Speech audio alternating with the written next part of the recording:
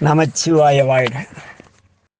அப்புறம் கண்ணு அந்த பைத்தியம் ஒருத்தனை வந்து சிறுமான் வந்து தெளிய வச்சு, நீ தினமும் சிவனடியார்களுக்கு சேவை செய்ய வேணும். அது மட்டும் இல்லை, சூரியன் உதிக்கிறது முன்னால் காலையில் ஏந்திரிச்சு பசுமையான அருகம்புல்லை பசங்களுக்கு கொடுக்க வேண்டும். அதே போல் திருக்கோயில் புறத்தில் இருக்கிற தண்ணி தொட்டியில் குளிக்கணும். அப்படிலாம் கட்டளை சொல்லிட்டு 108 முறை கோயிலை அங்க பிரதர்சனம் செய்யணும். அதனால உன் பாவம் நீங்கன்ட்டு விட்டார். இங்கனும் கொடிய பாவிகளும் உயர்றதுக்கு வகை சொன்னாரா. உடனே நம்மால் அதோட நிறுத்தாம சாமி கிட்ட, சாமி அடியார்கள்னா யாரு அப்படின்னு கேட்டார். சாமி அடியார்களுக்கு இலக்கணம் சொல்றார். அடியார்கள்னா தூய்மையான வெள்ளை திருநீர் அணிந்திருப்பார்கள். நம்ம கோயில் போனால் பார்த்துருக்கேன்ல கண்ணு, கருப்பு கலராக ஏதோ திருநீர் அணிச்சு நெத்தியெல்லாம் கருகி கட்டி போய் அதுதான் ஒரிஜினல் பசு திருநீர் அப்படின்னு சொல்லி 1 கிலோ 500 ரூபாய்க்கெல்லாம் ஃப்ராடுங்க விற்றுக்கிட்டு திரிகிறாங்க. சிவனடியார் வேஷம் போட்டுக்கிட்டு. அடியார்களை கூட சொல்ல, சிவனடியார் வேஷம் போட்டவங்களாம் சொல்கிறேன். அது ஒரு நல்ல வியாபாரமாக பண்ணிகிட்டு இருக்காங்க. அப்படிப்பட்டவர்கள் அல்ல. அது மாதிரி பொய்யை சொல்லி பொருளை விற்கிறவங்களும் கிடையாது. அதே மாதிரி கோயில் போனால் காவி கட்டி ருத்ராட்சம் வச்சு நிறைய ஜடாமுடியெல்லாம் வச்சுட்டு இப்படியெல்லாம் போகிறீங்க, அவரெல்லாம் அடியார்கள். அப்புறம் முதல்ல அடியார்னு வச்சுக்குமே, திருநீர் வைக்கிறாங்கள அதனால். அப்புறம் கதை சொல்கிறீங்க, பெரிய புராணம் சொல்கிறீங்க, கதை சொல்கிறீங்க. இவங்களாம் என்னங்கிறாங்க, நாங்களும் அடியார்கள். ஆமாம், அவங்களும் அடியார்கள் தான். அப்படி தேவாரம் சொல்லித்தர அவரும் அடியார் தான். பல்லக்கு தூக்குறாங்க, அவரும் அடியார் தான். சாமி தூக்கிங்க, எல்லாரும் அடியார் தான் கண்ணு. ஆனால் இங்கே என்ன சொல்கிறாரு, சிறந்த சிவனடியார்களுக்கு உணவளிக்க வேண்டும் அப்படிங்கிறாரு சாமி. இவனுக்கு ஒரே குழப்பம். சாமி சிறந்த சிவனடியார்னா யாருன்னு கேட்குறாரு. அப்போ சாமி சொல்கிறாரு, அந்த சிறந்த சிவனடியார்கள் ஒரு பசுமாட்டின் மடியில் இருந்து பாலை கறந்தால் அது எப்படி தூய்மையானதாக இருக்கிறதோ, அந்த பால் யார் வேண்டுமானாலும் அருந்தக்கூடிய சாப்பிடக்கூடிய தன்மையில் இருக்கிறதோ, எவ்வாறு அது உடலுக்கு நலம் பயக்கிறதோ, அதுபோல நல்ல சிறந்த அடியார்கள் எப்படி இருப்பாங்கன்னா, தூய்மையான மனமுடையவர்களாக இருப்பாங்க, பொய் சொல்லாத தூய்மையான சொல்லுடையவர்களாக இருப்பாங்க, தூய்மையான திருநீர் அணிஞ்சிருப்பாங்க, வெள்ளை வேட்டி அணிஞ்சிருப்பாங்க, எளிமையாக ருத்ராட்சம் வந்து கோயிலுக்கு வந்தால் எண்ணெய் வழிபடுறது அன்றி, எண்ணெய் பாடுதல் அன்றி அவங்க வேற எதுவும் கேட்க மாட்டாங்க. அவங்களுக்கும் இது ஸ்பெஷல் குணம் உண்டு, சிறப்பு குணம். அது என்னன்னா, இறைவன்கிட்ட போய் சாமி தான் பஞ்சபூதங்களை இலவசமாக கொடுத்து, சந்திரன் சூரியன் காற்று எல்லாத்தையும் இலவசமாக கொடுத்து நம்மளை இங்கே அனுப்பிச்சிட்டாருல்ல. வேலைக்கு போனால் காசு கிடைக்குது, சோறு திங்கிறோம், கல்யாணம் பண்ணோம், ஏதோ பண்ணுறோம் இல்லையா. சாமிகிட்ட போய், சாமி எனக்கு 1,50,000 சம்பளம் வருது, 1 லட்ச ரூபா சம்பளம் வேணும். சாமி நான் சைக்கிள் தான் வச்சுருக்கேன், மோட்டார் வண்டி வேணும். சாமி நான் 2 வீலர் தான் வைக்கிறேன், 4 வீலர் வேணும். இப்படி சாமியை போய் நொயின்னு நச்சிக்கிட்டு சாமிகிட்ட போயிடுறது. போய் உட்காந்துட்டு திருமுறை எடுத்துக்கிறது. போற்றி திருந்தானங்களாம் படிக்க மாட்டாங்க. கோளறு பதிகம் வேயுறு தோழி பங்கன் விடமுண்ட கண்டன். சாமி பார்த்து அவங்கள பார்த்து சிரிச்சுட்டு, ஏண்டா இந்த 400 கோளும்னாலும் அடியாரை வந்து நலியாத வண்ணம்னு ஞானசம்பந்தர் பாடியிருக்காரா கண்ணுங்களா. நலியாத வண்ணம்னா ரொம்ப கொடுமை பண்ணாத, கொஞ்சமாக உதைன்னு தான் சொல்லியிருக்காரு ஞானசம்பந்தர். ஏன்னா இதை பாடினா நான் அவங்கள உதைக்க மாட்டேன்ட்டு இங்கே இதை பாடிட்டு போய் வெளியே தப்பு பண்ணிட்டு இருக்கீங்க அப்படின்னு சிரிச்சுட்டு உட்காந்துருப்பாரான் சாமி. என்ன கோயிலுக்கு வந்தால் இந்த சிறந்த அடியார்கள் அந்த கறந்தபால் போன்ற தூய்மையான எண்ணமும் தூய்மையான சொல்லும் தூய்மையான செயலும் பிறர் வெறுக்காத தன்மையும் உடையவர்கள் வந்து அப்படிப்பட்ட அடியார்கள் என்ன மிக நல்லவர்களாக எல்லாரும் எப்படி சிவனை ஏற்றுக்கிறாங்களோ. மீனாட்சி அம்மன் கறி திங்கிற வரான், பண்ணி திங்கிற வரான், சைவந்து சாப்பிட்றவன் வரான், வடநாட்டுக்காரன் வரான், குளிச்சவன் வரான், குளிக்க எல்லாருக்கும் சாமி அப்படி விலகல் இல்லை. எல்லாருக்கும் எப்படி பொதுவாக அருள் செய்கிறாரோ அதுபோல் இந்த அடியார்கள் எல்லாருக்கும் பொதுவாக அன்பு செய்யக்கூடியவர்களாக இருப்பார்கள். எல்லோரும் அவரை வணங்குவாங்க. அப்படி கறந்தபால் கண்ணலோடு. கண்ணல் கரும்பு சாறு இருக்குல்ல கண்ணு, அதை குடித்தா உடம்பு எவ்வளோ சூடு இருந்தாலும் குளிர்ச்சி அடைஞ்சிரும். அதுபோல் அந்த அடியார்கள்கிட்ட நம்ம பேசுகிறோன்னு வச்சுங்களேன், அவங்க வந்து நம்மகிட்ட ஐயா நம்ம மடத்துக்கு நான் வந்தேன்னா நம்ம சன்னிதானம் கேட்பாங்க, ஏலே என்னலே நமசிவாயம், நல்லா இருக்கேலா, என்ன வீட்டில் அம்மா அப்பாலாம் நல்லா இருக்கியாளா, நல்லா இருக்காங்களா, சாப்பிட்டியா, அப்படியே அன்பாக பேசுவார் சன்னிதானம் 292. அது மாதிரி அந்த அடியார்கள் எல்லாருக்கிட்டையும் சமமா யாரை பார்த்தாலும் அண்ணாச்சி என்ன நல்லா இருக்கீங்களா, வீட்டில் எல்லாம் சௌக்கியமா, இங்கே மீனாட்சி பார்க்க வந்தீங்களா, அப்படி ஜாலியாக பேசிகிட்டு இருப்பாங்க. அப்போ அவங்க பேசும் பொழுது என்ன என்னாச்சு, மூஞ்செல்லாம் தோய்வாயிட்டு இருக்கு, வீட்டில் ஏதாவது பிரச்சனையா சொல்லுங்கள், சாமிகிட்ட சொல்லி சரி பண்ணிவிடுவோம் அப்படிம்பாங்க. அதான் அவங்க சொல்லக்குள்ளவே நமக்கு மனசு குளிர்ச்சி அடைஞ்சிரும். அப்படிப்பட்ட திறனுடையவர்களாக இருப்பாங்க. அவங்க அறக்கட்டளையோ கிரக்கட்டளையோ வச்சு அறக்கட்டளைகளை குறை சொல்லலை, சாமி பேரை சொல்லிக்கிட்டு வசூல் பண்ணி இவங்க கோயிலுக்கு செய்கிறவங்களையும் சொல்லலை. எங்கள் ஊரில் ஒரு 3 கோஷ்டி இருக்குது. அது ஊரை சுற்றியும் பிரதோஷத்துக்கு கிருத்திகைக்கு அது இதுன்னு காசு வசூல் பண்ணி அவங்க அக்கௌண்ட்டில் ஒரு 2-2 லட்ச ரூபா வச்சுட்டு வட்டியை எடுத்து அதில் மாதம் மாதம் கலெக்ஷன் பண்ணி ஒரு 500 ரூபா செலவு பண்ணிட்டு மீதி இவங்க வச்சுக்குவாங்க. அது மாதிரியே செய்ய மாட்டாங்க அவங்க. சாமிக்கு அபிஷேகமா, அம்மா பால் கொண்டாந்துருங்க, ஐயா பூ கொண்டாந்துருங்க, ஐயா தேங்காய், அப்படி சொல்லுவாங்களே தவிர காசெல்லாம் வாங்கி எதுவும் செய்ய மாட்டாங்க. நான் கோயில் கட்டுறேன் பணம் கொடுன்னு கேட்க மாட்டாங்க. மெய்யடியார்கள் அப்படி கேட்கவே மாட்டாங்க. நான் இந்த கோயிலை புதுப்பிக்கிறேன், நான் இத்தனை கோயில் புதுப்பிக்கிறேன், எனக்கு துட்டு வேணும், என்ன அக்கௌண்ட்டில் போட்டு விடுங்க, ஆனால் நான் கணக்கு காட்ட மாட்டேன், நீங்கள் கணக்கு கேட்கக்கூடாது அப்படிலாம் சொல்ல மாட்டாங்க. அவங்க என்ன செய்வாங்கன்னா இறைவன்ட்ட ஒன்று கேட்பாங்க, சாமி எல்லா நேரத்துலையும் உங்களை நான் கும்பிட்டுட்டே இருக்கணும், கூடும் அன்பில் கும்பிடுதலே அன்றி வேறு எதுவுமே கேட்க மாட்டாங்க. அப்படிப்பட்ட அடியார்கள் அவங்க வாழ்க்கையில் தன்னுடைய உழைப்பில் சம்பாரித்து அந்த காசில் தர்மம் செஞ்சு வீட்டில் குழந்தைங்க, அப்பா அம்மா, தாத்தா பாட்டி, மாமா அத்தை, இன்னும் இருக்கிற எல்லாரையும் அரவணைச்சு எல்லாருக்கிட்டையும் அன்பு காட்டி எல்லாருக்கிட்டையும் சந்தோஷமாக பேசி அப்படி அந்த நெய் போல குடும்பத்தை அழகாக அவங்க வீட்டுக்கு போனால் அப்படி ஒரு தெய்வீகமான வீடுன்னு சொல்கிற அளவு மீனாட்சி அம்மன் கோயிலில் வந்தால் எப்படி ஒரு நிறைவு நிம்மதி இருக்குது இல்லையா? அதுபோல் நம்ம கோயில் போனால் ஒரு நிம்மதி இருக்கும்ல கண்ணா, அதுபோல் அந்த அடியார் வீட்டுக்கு போனால் அப்படி ஒரு நிம்மதி நமக்கு கிடைக்கும். அப்படிப்பட்ட அடியார்களோட சேர்ந்து அவங்களுக்கு ஒரு அன்னதானம் பண்ணு, அப்படி பண்ணேன்னா நீ கெட்டு போக மாட்ட, கெட்ட எண்ணம் வராது, கெட்ட செயல் வராது, ஒழுக்கமாக இருக்கேன்னு சொல்லி சாமி சொல்லிடுறார். உடனே அந்த வேடுவன் என்ன பண்ணுறாரு, கோயில் போய் நம்ம மீனாட்சி அம்மன் கோயிலில் நல்ல அடியார்கள் நிறைய பேர் இருக்காங்க, யாருன்னே தெரியாது, பெரிய பெரிய அறக்கட்டை ஒரு அமைப்பெல்லாம் வச்சு எல்லாருக்கும் உதவிக்கிட்டு இருப்பாங்க. யாரோ ஒரு அன்பர் டெய்லி உணவு பொட்டலம் கட்டிட்டு அங்கே இருக்கிற சாமியார் வேஷம் போட்டாங்க ஏழைப்பாளை கொடுத்துட்டே போகிறார். ஆக இந்த கதையில் நமக்கு என்னன்னா, நீ எவ்வளோ தப்பு செஞ்சாலும் சரி கண்டிப்பாக சாமி உதைப்பார். உதைக்கிறதா நீ எவனா இருந்தாலும் உதைப்பார். சொக்கநாத வெண்பான்னு ஒரு பாட்டு கண்ணு அதில் வரும், கெடுங்காலம் வந்தால் கெடுப்பை, கதியில் விடுங்காலம் வந்தால் விடுவை, கடும் தவங்கள் செய்திடினும் பாவம் பயிற்றிடினும் பார். பாவம் செஞ்சாலும் புண்ணியம் செஞ்சாலும் நம்ம பார்த்துட்டே இருப்பார். எங்கேயோ ஒரு தப்பு செஞ்சால் டமால்னு அடிப்பார். ஏன்னா அப்போ தான் நம்ம மார்க் கம்மியாக எடுத்தால் உதச்சா தானே ஒழுங்காக படிக்கிறோம். அதுபோல் கண்ணு நம்மால் நல்லவர். அடியார்கள் என்பவர்கள் ஒழுக்கமாக இருப்பாங்க, யாரும் குறை சொல்ல முடியாத அளவுக்கு வாழ்வாங்க. அவங்க வீட்டில் குடும்பத்தோடு வாழ்வாங்க. முடியெல்லாம் அழகாக கரெக்டாக வெட்டி அவங்க கோயிலுக்கு வருவாங்க.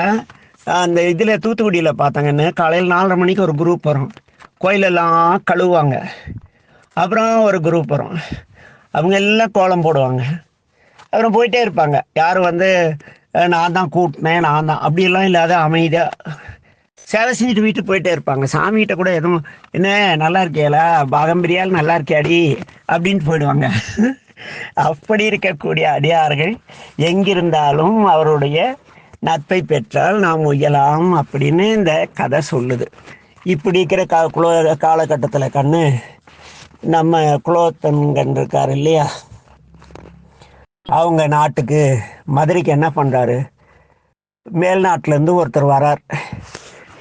அந்த பெரியவர், ஒரு வயசான பெரியவர் வரார். வயசானவனா பேன்னு குச்சி வச்சுட்டு தலையாட்டிட்டு இல்லை, என்ன மாதிரி வயசானவன் வச்சுக்க. அவர் வந்து, ஏய் இங்க பாரு, சிரிக்காத, பல்லு தான் வளர்ந்துருச்சு. ஆமா, நானும் அவங்களாம் உதைக்கிறல்ல, சத்து இருக்குல்ல. அப்படி வயதானாலும் ஒரு மிடில் ஏஜ்னு வச்சுக்குவேன்.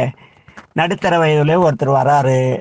வந்துட்டு அவர் அங்கே இருக்கிற மக்களை எல்லாம் அழைச்சி கத்தி சண்டை பயிற்சி தரார். கத்தி சண்டைன்னா என்ன? கோபியெல்லாம் கத்தி கத்தி சண்டை போட்டுக்குவாங்களே, டேய் வீட்டுக்கு வா பேசிக்கிறேங்கிறான், அந்த சண்டை கிடையாது. இது வாள் இருக்குல்ல, வாள். வாள்னா என்ன? கோபி பண்ணுற இந்த குறும்பு வாள் இல்லைடா, இது இரும்பு வாள்.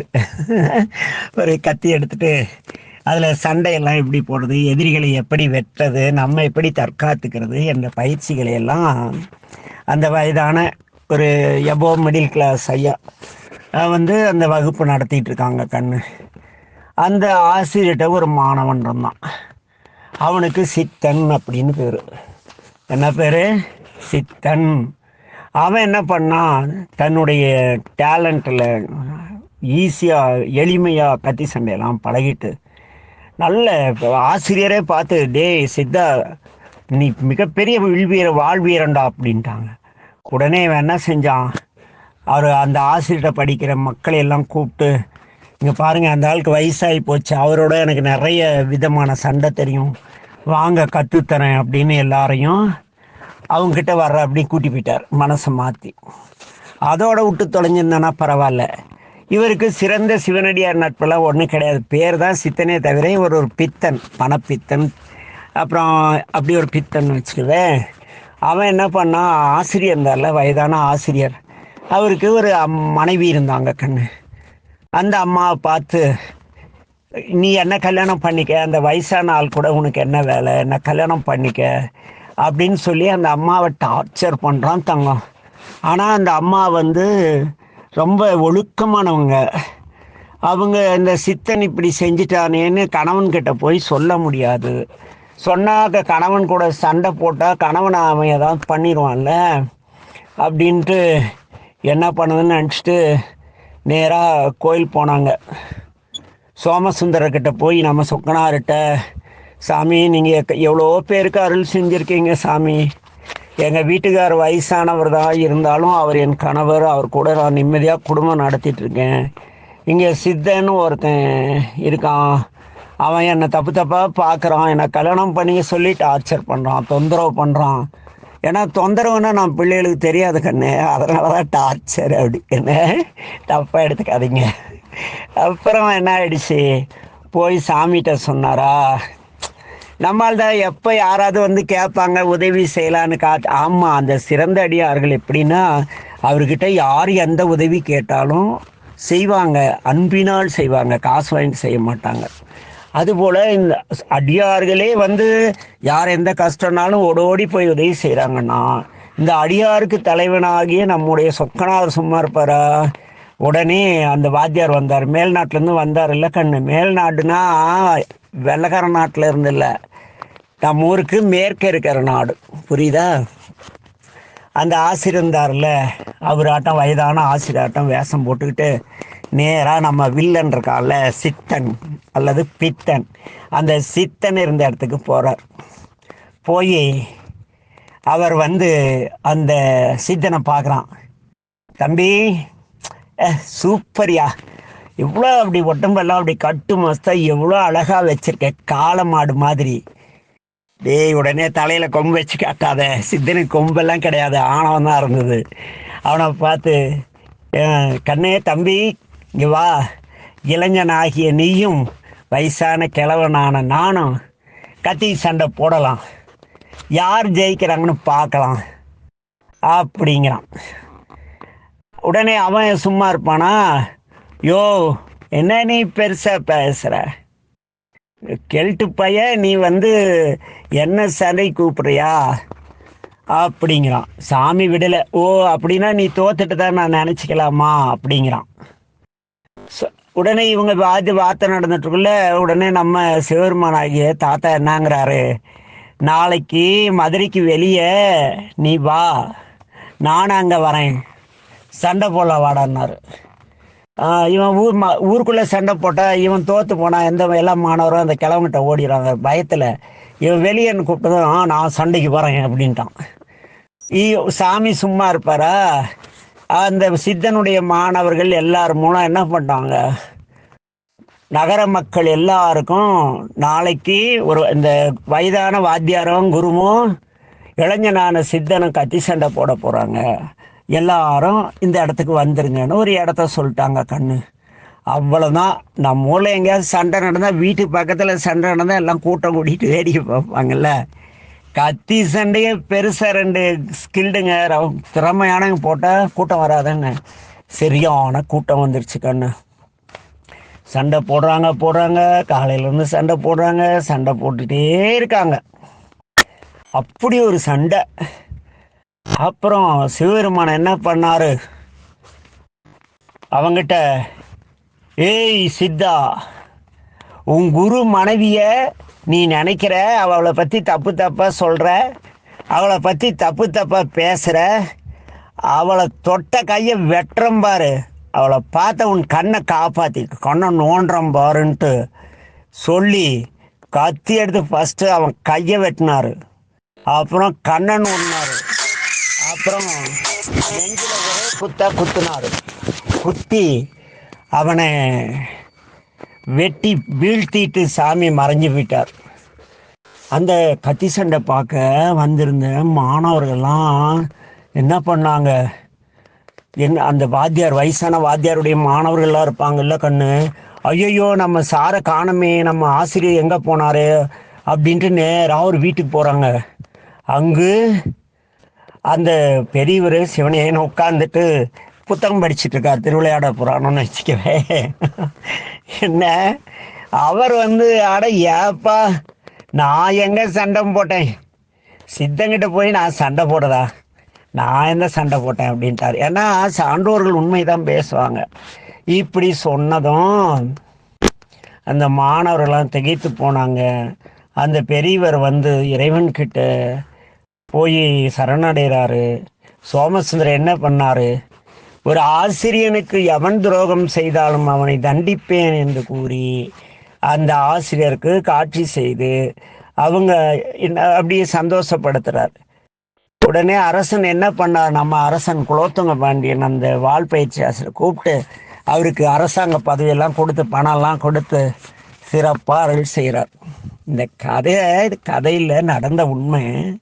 இதில் என்னன்னா, நாம் நல்ல செயல் செஞ்சோன்னு வச்சுக்கவே சாமி அருள்வார்.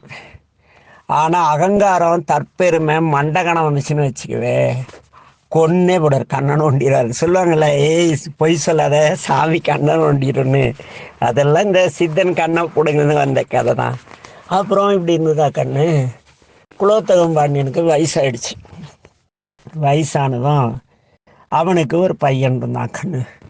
அவனுக்கு அனந்த குணபாண்டியன், அனந்தகுமார் அப்படின்னு அப்போ பேர் வைக்கிறாங்களே, அதுபோல் அனந்த குணபாண்டியன்னு பேர் வச்சாங்க. அவர் எப்படின்னா, திருநீரே மெய்ப்பொருள், ருத்ராட்சமே ஆபரணங்கள், பஞ்சாட்சரம் நமச்சிவாயங்கிற எழுத்தே மந்திரம் என்று இது 3ஐயும் மெய்ப்பொருள் என தெளிந்து அவற்றில் மிகுந்த பயபக்தியுடனாக இருந்தான்.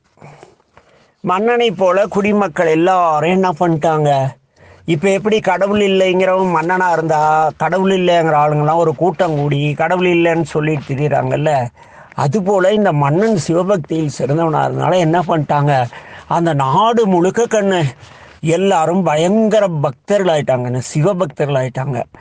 எல்லோரும் இறைவனருடன் சைவ நெறியில் வாழ்ந்தாங்க. அந்த பாண்டிய நாடு என்னாச்சு, எங்கே பார்த்தாலும் சிவன் கோயில், எங்கே பார்த்தாலும் திருநீர், எங்கே பார்த்தாலும் ருத்ராட்சம், எங்கே பார்த்தாலும் நமச்சிவாயன் ஓசை. இப்படி நிறைய எல்லாரும் சமண சமயத்துக்கு மாறிட்டாங்க. சமண சமயத்துக்காக கொன்னே போடுவேன், டேய் கபாலி தப்பாக சொல்லாத. சைவ சமயத்துக்கு எல்லாரும் மாறிட்டாங்க. இந்த சைவ சமயம் என்னைக்காவது தலைத்ததுன்னா சாமி சில வில்லனை அனுப்புவார். வில்லனை என்ன, புறச்சமயத்தை. இப்படி பாண்டி நாடு முழுக்க சிவலோகமாக காட்சி அளிக்கிறாங்க.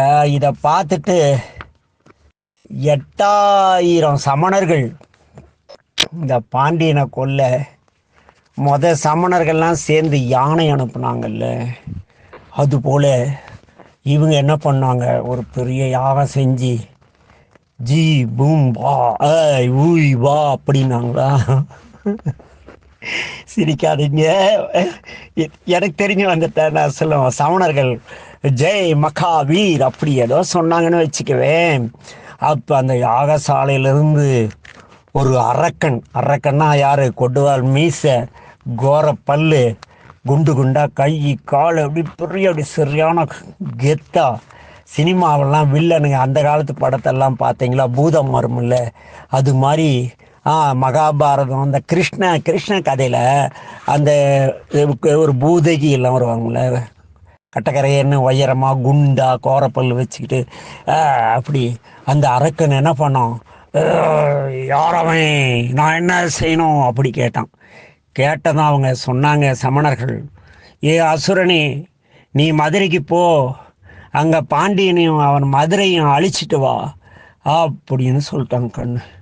உடனே இவன் என்ன பண்ணான், அசுரன், இவன் எந்த வேஷம் வேணாலும் அவதாரம் எடுப்பான், எப்படி வேணாலும் தன்னை மாற்றிக்குவான். இவன் என்ன பண்ணான், ஒரு பெரிய விஷம் பொருந்திய பாம்பாக மாறிட்டு உலகமெல்லாம் நடுங்கிறபடி மதுரைக்கு மேற்க வந்து நின்று புஷ்ன்னு சீறான். உடனே மதுரையில் அந்த மக்கள்லாம் பயந்து நடுங்கிறாங்க. அப்புறம் என்னாச்சு தெரியலையே, நான் நாளைக்கு பார்த்துட்டு வந்து சொல்கிறேன். நமச்சிவாய வாழ்க. நல்லா இருங்கடா கண்ணு, டைம் ஆயிடுச்சுடா, நாளைக்கு பார்ப்போம். நமச்சிவாய வாழ்க. எல்லா உயிர்களும் இன்புற்று வாழ்க. திருச்சிட்டோம்னா